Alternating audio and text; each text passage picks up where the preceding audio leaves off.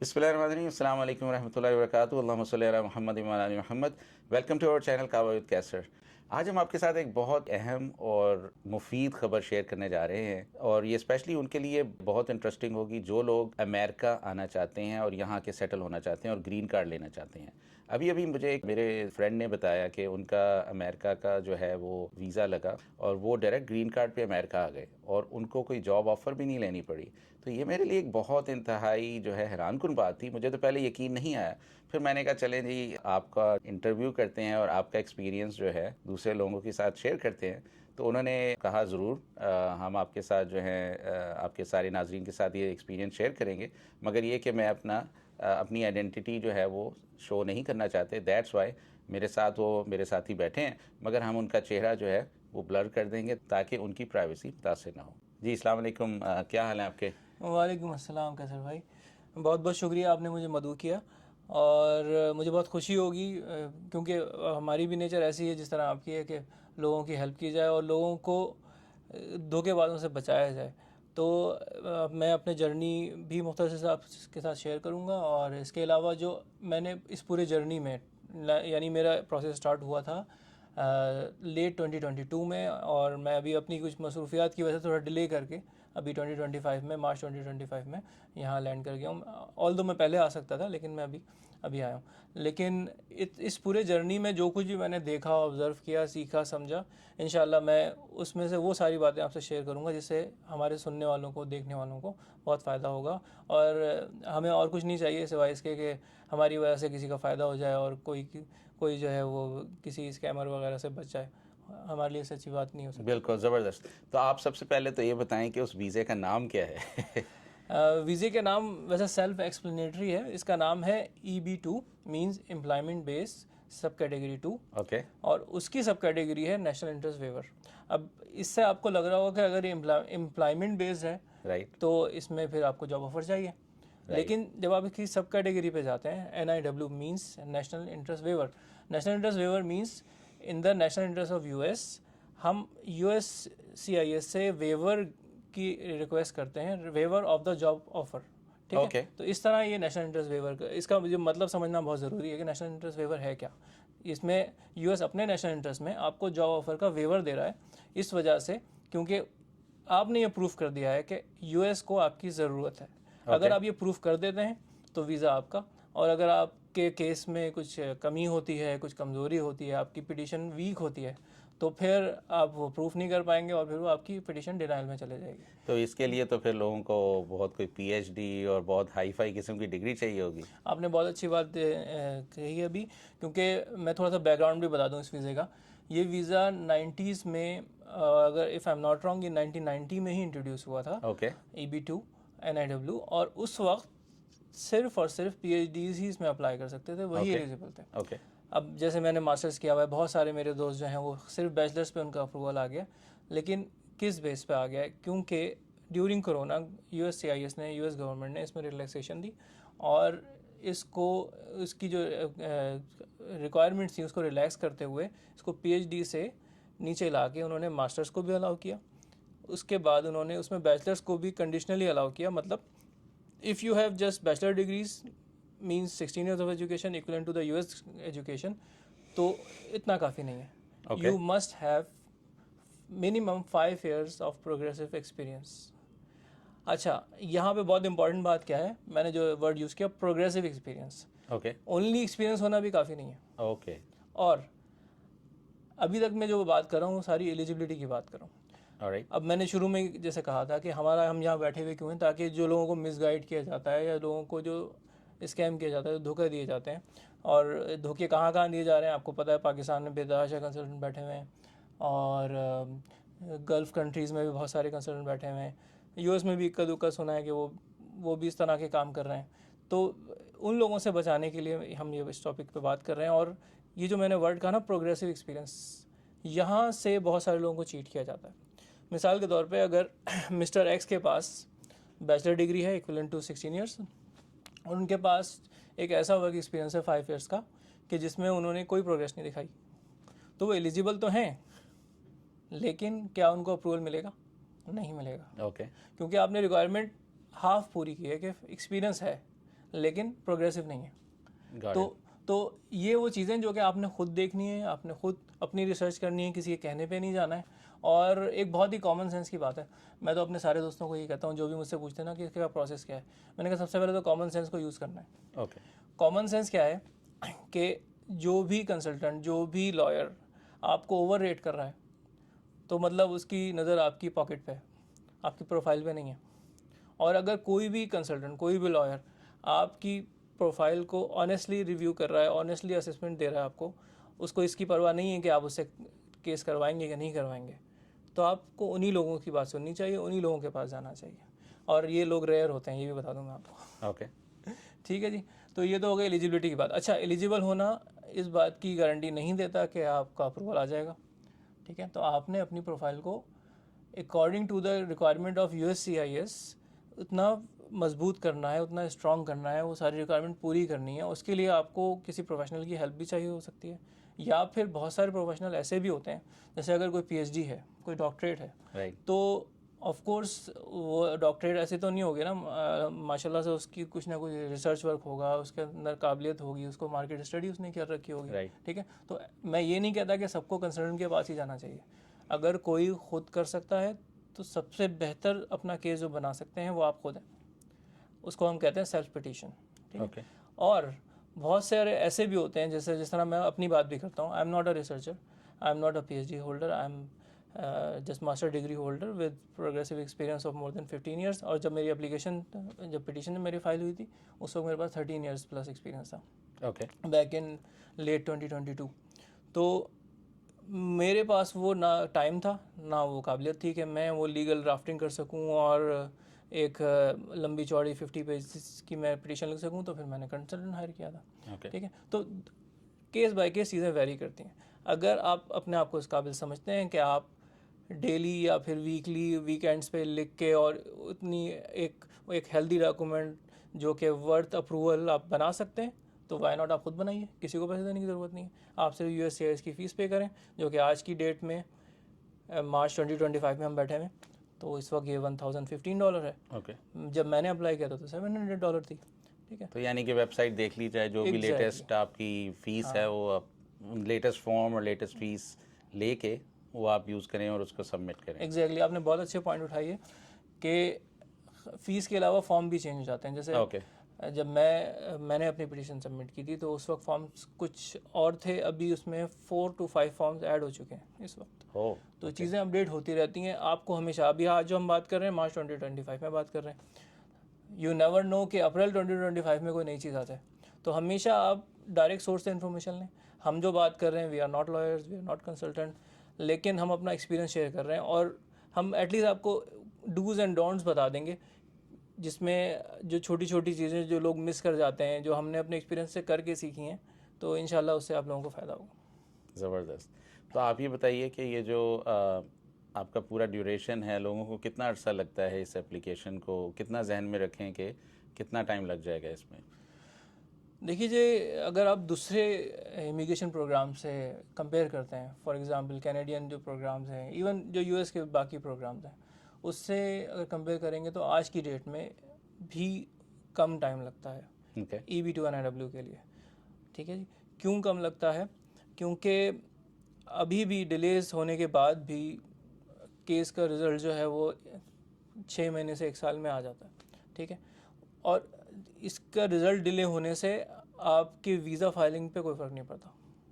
Okay. ठीक है जी, क्योंकि वीज़ा बुलेटिन जो है वो आपकी डेट ऑफ सबमिशन से काउंट करता है आपकी Okay. एप्लीकेशन को। ठीक है ना, तो अगर वो रिज़ल्ट 2 मंथ्स में आ रहा है आफ्टर प्रीमियम प्रोसेसिंग, ये भी एक चीज़ है। प्रीमियम प्रोसेसिंग के बारे में बता दूं कि प्रीमियम प्रोसेसिंग क्या होती है।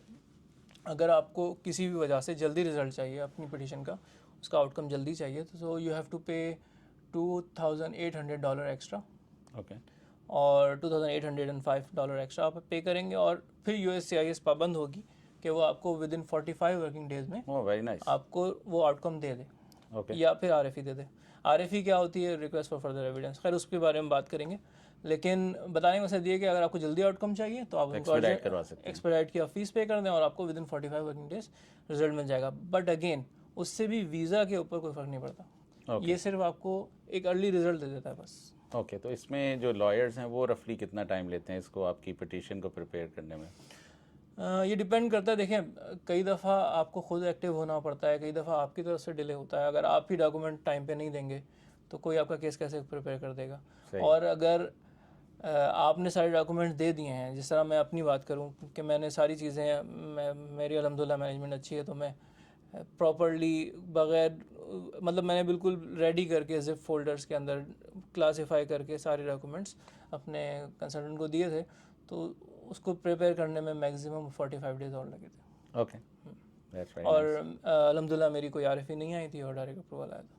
माशाल्लाह। तो आपने जो कंसल्टेंट सेलेक्ट करने के लिए क्या क्राइटेरिया यूज़ किया? उसके लिए देखें, मैंने कहा ना, मैं कुछ चीज़ें मैं आपको जनरिक बताऊंगा और कुछ चीज़ें, क्योंकि बहुत सारी चीज़ें चेंज हुई हैं, ठीक है ना। इतने मैंने अपने 2022 से लेके आज तक जो चीज़ें ऑब्जर्व की हैं, काफ़ी चीज़ें चेंज हो गई हैं।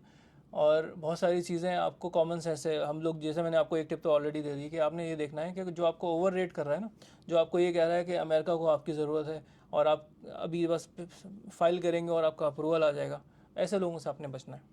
जो आपको ओवर रेट कर रहे हैं, जो आपकी खामियों को आपको नहीं बता रहे हैं, जो आपकी वीकनेसेस आपको नहीं बता रहे हैं, क्योंकि सारी वीकनेसेस ऐसी नहीं होती जो ओवरकम ना हो सके। फॉर एग्जांपल, आपके पास अगर कोई प्रोफेशनल मेंबरशिप नहीं है, ये आपकी वीकनेस है, लेकिन इसको पूरा करने में क्या लगता है, आप विद इन वीक्स आप मेंबरशिप ले सकते हैं। तो आपका एक बॉक्स टिक हो जाएगा और आपका अप्रूवल चांसेस बढ़ जाएगा। लेकिन अगर कोई इन चीज़ों को देख ही नहीं रहा है, उसको सारी सिर्फ इसकी पड़ी हुई है कि आपकी पॉकेट से पैसे आ जाएं, तो ऐसे लोगों से आपने बचना। सबसे पहला क्राइटेरिया तो ये है, ठीक है। इसके अलावा मैंने over the course of time, over the period of time, मैंने क्या देखा है कि बहुत सारे लोग जिनके अप्रूवल आए और उन्होंने वो अप्रूवल किसी लॉयर कंसल्टेंट के थ्रू लिए, फिर उनको ऐसा लगने लगा कि देखो ये तो हम खुद भी कर सकते हैं, तो फिर उन्होंने दूसरे लोगों को जो है ना अपने एक्सपेरिमेंट का एक ज़रिया बना लिया है, या फिर अपने पैसे रिकवर करने का ज़रिया बना लिया है। तो ये एक बहुत अनएथिकल प्रैक्टिस चल रही है इस वक्त। ऐसे लोगों से आपने बचना है जो कि ये क्लेम कर रहे हैं कि हमने अपना केस खुद बनाया था और जो है हम आपका भी बना देते हैं। कई दफ़ा वो आपसे कहेंगे नहीं कि आप बना दें, वो वेट करते हैं कि आप उनसे रिक्वेस्ट करें, तो फिर वो एक किसी प्रोफेशनल कंसल्टेंट या लॉयर के मुकाबले में आपसे हाफ फीस पे बात कर लेते हैं और आपसे कहते हैं आपके पैसे बच गए और इन्होंने अपना भी तो अप्रूवल ले आए थे तो मेरा भी आ जाएगा। लेकिन ऐसा नहीं होता है। मैं ऐसे काफ़ी लोगों को जानता हूँ, because I am one of the early applicant. तो मैं ऐसे काफ़ी लोगों को जानता हूँ जो कि पहले एप्लीकेंट थे और आज वो फ्रीलांसर कंसल्टेंट बन चुके हैं। तो उनके क्लेम बहुत हाई हैं, लेकिन हम जानते हैं क्योंकि हमने उनका जर्नी देखा जैसे अपना देखा। तो ऐसे लोगों से आपने बचना है। ऐसे लोग आपको सोशल मीडिया पे बहुत मिल जाएंगे। थर्ड, आपको ऐसे लोगों से भी बचना है जो कि थोड़े से अटेंशन सीकर हैं सोशल मीडिया पे। सोशल मीडिया पे जो चीज़ें हो रही हैं ना, उस पर बहुत ही एहतियात से आपने चलना है। सोशल मीडिया से आपको कोई मिले या कोई अपने अटेंशन सीकर आपसे कोई इस तरह की अपनी शो ऑफ कर रहा है नॉलेज, तो उसको आपने लाजमी डबल चेक करना है। आपको डायरेक्ट सोर्स ऑफ इंफॉर्मेशन पे जाना है। आपको USCIS की वेबसाइट देखनी है, आपको NVC की वेबसाइट देखनी है, ठीक है। World is open to everybody, right. Internet पे आपने क्लिक करना है और सारी इन्फॉर्मेशन आपके पास आ जाती है। तो आपको किसी की सुनी सुनाई पे कभी भी यकीन नहीं करना है। मैं ऐसे लोगों को जानता हूँ जो प्रिंसिपल एप्लीकेंट भी नहीं है और वो अपने स्पाउस के थ्रू किसी तरह उनका जो है वो ग्रीन कार्ड हो गया है, लेकिन अब वो ये अटेंशन सीकिंग के लिए वो लोगों को गलत इन्फॉर्मेशन या हाफ इन्फॉर्मेशन, हाफ को चीज़ें बता रहे होते हैं और लोगों का टाइम भी वेस्ट करते हैं और लोगों को गलत इन्फॉर्मेशन भी जाती है। तो ऐसे लोगों से भी बचना है आपने। बाकी कंसल्टेंट का तो बहुत सिंपल सा है कि if someone is after your money, तो आपने उससे दूर हो जाना है। क्योंकि मैंने जिन जगहों के नाम लिए, मिडल ईस्ट का हो गया या फिर पाकिस्तान का हो गया, वहाँ पे सब लोग जानते हैं कि पीपल आर डेस्परेट, उनको एक सेकंड पासपोर्ट चाहिए। इस चीज़ को ये लोग कैश कर रहे हैं और मासूम लोगों को, और मासूम के साथ साथ जो हैरत होती है कि पढ़े लिखे लोगों को वो लोग ट्रैप कर रहे हैं और वो हो भी रहे हैं। तो उससे बचने का एक ही तरीका है कि आप लोग अपनी रिसर्च लाजिम करें। There is no shortcut in the life, ठीक है। अगर आपको सक्सेस चाहिए तो आपको थोड़ी मेहनत करनी पड़ेगी, अपनी रिसर्च करनी पड़ेगी। अगर आप ये सोचेंगे कोई भी बेहतरीन कंसल्टेंट या कोई भी लॉयर आपके लिए बिल्कुल स्क्रैच से, ज़ीरो से लेके अप्रूवल तक कर देगा सब कुछ, तो ऐसा नहीं होता है। आपको भी अपनी एफ़र्ट करनी पड़ेगी। एटलीस्ट आप जिससे काम करा रहे हैं उसके साथ आपको थोड़ी बहुत एफ़र्ट डालनी पड़ेगी, तभी आपकी एक अच्छी पिटीशन बनेगी और अप्रूवल एट द एंड आपका होगा, उस कंसल्टेंट का नहीं होगा। तो ये मत सोचिए कि हमने पैसे दे दिए तो वो हमारे लिए बस अब अप्रूवल हमारे पास आ जाएगा प्लेट में, ऐसा नहीं होता। तो ये कौन कौन सी फील्ड्स हैं जो जो जिसका बैकग्राउंड लोगों के पास हो, एक्सपीरियंस हो, तो वो इसमें अप्लाई कर सकते हैं? इसकी भी स्पेशलाइज्ड फील्ड्स हैं? देखिए जी, क्योंकि ये प्रोग्राम है नेशनल इंटरेस्ट वेवर का, तो अमेरिका जब भी आपको अप्रूवल देगा they will think about their own national interest, right. तो ऑफ कोर्स ये हम आज बात कर रहे हैं मार्च 2025 में, ठीक है। आज अमेरिका में किसी ख़ास प्रोफेशन की या किसी ख़ास फील्ड की शॉर्टेज है, तो अमेरिका का नेशनल इंटरेस्ट इस वक्त कुछ और है। यू नेवर नो कि जब ये 2 साल बाद कोई हमारा वीडियो देख रहा होगा उस वक्त नेशनल इंटरेस्ट में क्या होगा। हम जो आज बात कर रहे हैं, आज की डेट में अमेरिका को स्टेम फील्ड चाहिए। Stem means STEM, science, technology, engineering and mathematics. Okay. अच्छा, ये हमने जो बात की है स्टेम की, ये स्पेसिफिकली हमने बात की है मास्टर्स एंड बैचलर डिग्री वालों के लिए, राइट। अगर हम बात करें रिसर्चर स्कॉलर्स PhDs की, तो उसमें ये स्टेम वाली बात जो लागू नहीं होती है, ठीक है। उसमें फिर क्या आपको चीज़ें अकाउंटेबल होती हैं कि आपने रिसर्च कितनी कर रखी है, आपके कितनी पब्लिकेशंस हैं, उन पब्लिकेशंस पे कितनी साइटेशंस हैं, Okay. आपका जो इम्पैक्ट फैक्टर है वो कितना अच्छा है, ठीक है। ये चीज़ें काउंट होती हैं। तो PhDs के लिए एक अलग क्राइटेरिया है, और इसके अलावा मास्टर्स और बैचलर्स के लिए जो मैंने आपको बताया स्टेम डिग्री वालों को ही अप्लाई करना चाहिए आज की तारीख में। हमें नहीं पता कि 2 साल बाद फिर वो आर्टिस्ट को भी बुला रहे होंगे इसी के अंदर, या फिर अकाउंटेंट्स को भी बुला रहे होंगे, तो वो फिर सिनारियो चेंज हो सकता है। लेकिन मैं आज की बात करूँगा कि हमें आजकल जो ज़्यादा अप्रूवल्स आ रहे हैं वो स्टेम फील्ड्स के आ तो रहे हैं। इसमें 16 इयर्स की एजुकेशन होनी चाहिए?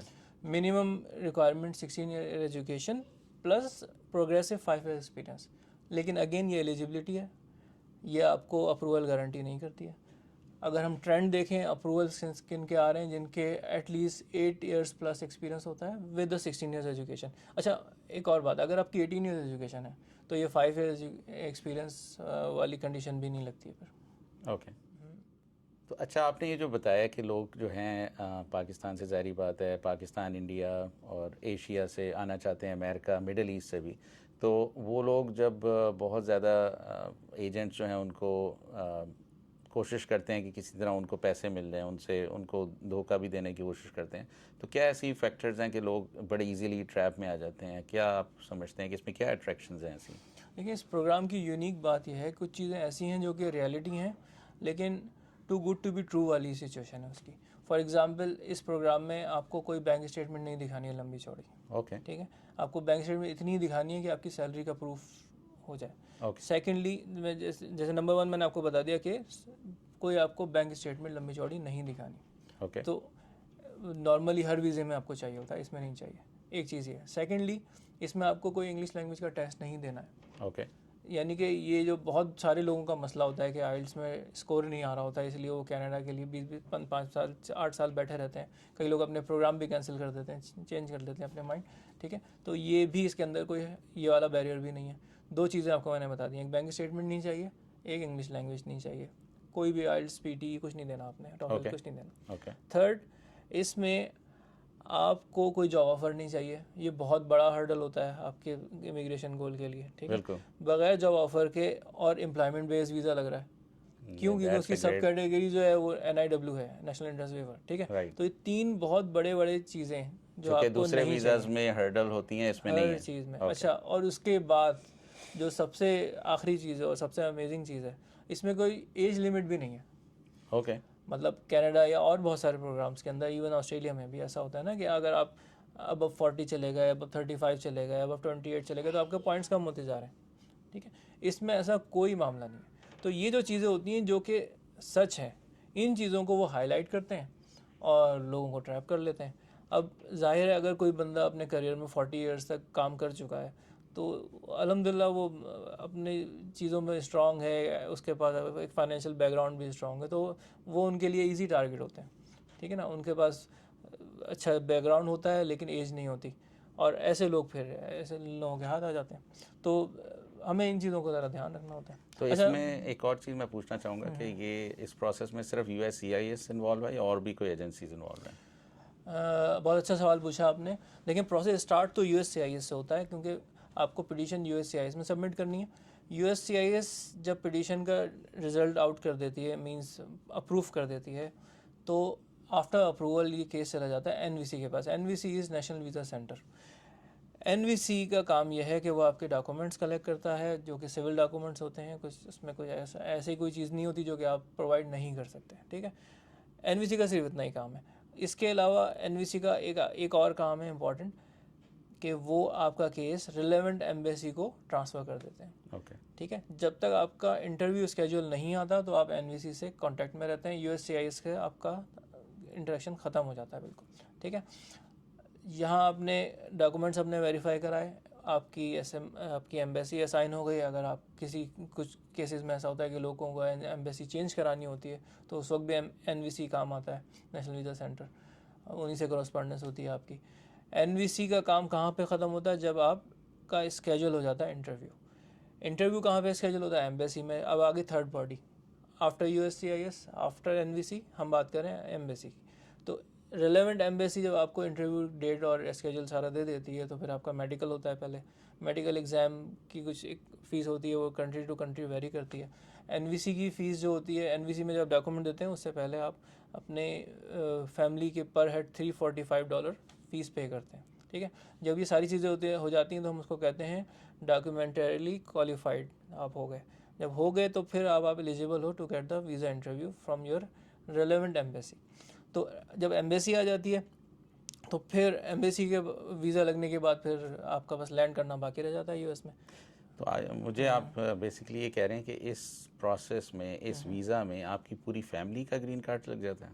Exactly. Oh wow, that's great. और without any delay, without any long processes. For example, जब आपका वीज़ा लग गया तो आपके US लैंड होने के बाद विद इन अ मंथ, वैसे तो टाइम है 14 to 15 डेज़ का, 14 to 17 डेज़ आप कह लें, लेकिन मैक्सिमम वर्स्ट केस में भी 1 मंथ के अंदर आपको ग्रीन कार्ड मिल जाता है। ऑन द अदर हैंड, जब आप H1B पे आते हैं या दूसरे E2 बिजनेस वीज़ा है, XYZ, और बहुत सारे हज़ारों कैटेगरीज हैं, हमें पता भी नहीं है, तो उन सारे वीज़ाज़ में ऐसा होता है कि सालों का प्रोसेस होता है ग्रीन कार्ड का। लेकिन ये भी इसकी एक और too good to be true वाली कंडीशन है कि आपको जब आप लैंड करते हैं तो विद इन अ मंथ आपको ग्रीन कार्ड मिल जाएगा। और उसके लिए आपने करना क्या है? लैंड होने से पहले, एक आध दिन पहले, या लैंड होने के फ़ौरन बाद आपने ग्रीन कार्ड की फ़ीस पे करनी है। That is $235 as of March 2025।